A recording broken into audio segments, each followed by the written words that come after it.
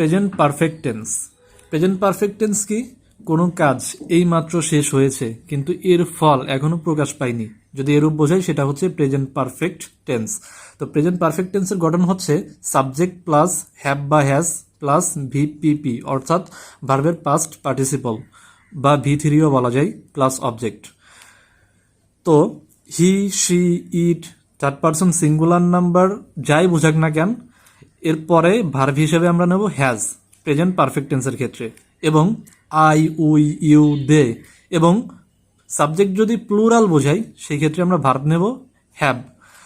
উদাহরণ দেখতে পারি, এক্সাম্পলের মধ্যে আছে I have done the work. দেখো এখানে সাবজেক্ট হইতেছে আই এর পরে আমরা কি জানি, আই এর পরে ভার্ব হিসেবে নিতে হবে হ্যাভ। তো হ্যাভ নিলাম, হ্যাভ হ্যাজের মধ্যে যে কোনো একটা হ্যাভ নিছি আমরা। এরপরে কি ভিপিপি, অর্থাৎ ভার্বের পাস্ট পার্টিসিপল। তো এখানে আমাদের ডান হইতেছে ভিপিপি, অর্থাৎ ভার্বের পাস্ট পার্টিসিপল। এটার মেইন ভার্ব হইতেছে ডু, ভি2 হইতেছে ডিড, এবং ভি3 হইতেছে কি ডান। তো গঠনের সাথে মিলে যাই, সাবজেক্ট প্লাস হ্যাভ বা হ্যাজ যে কোনো একটা নিছি, যে কোনো একটা নিলে হবে না, এখানে আয়ের সাথে হ্যাভ নিতে হবে। ভি3 হইতেছে ডান, অবজেক্ট হইতেছে দ্য ওয়ার্ক।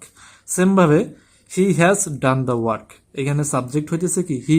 দেখো এইটা ছিল আয়ের পরে আমরা নিছি হ্যাভ, কিন্তু এখানে আছে হি এর পরে আমরা নিছি হ্যাজ। এর কারণ কি? কারণ হইতেছে হি, শি, ইট, তারপরে থার্ড পারসন সিঙ্গুলার নাম্বার যে কোনো সাবজেক্ট যদি বোঝাই সেই ক্ষেত্রে আমরা ভার্ব হিসেবে নেব হ্যাজ, এই কারণে হ্যাজ নিছি। তারপরে ভি3 হইতেছে done the work, he has done the work. এরপরে মাহবুব হ্যাজ রিটেন দ্য লেটার, এখানে মাহবুব হইতেছে কি থার্ড পারসন সিঙ্গুলার নাম্বার, এবং থার্ড পারসন সিঙ্গুলার নাম্বার হইলে ভার্ব হবে হ্যাজ।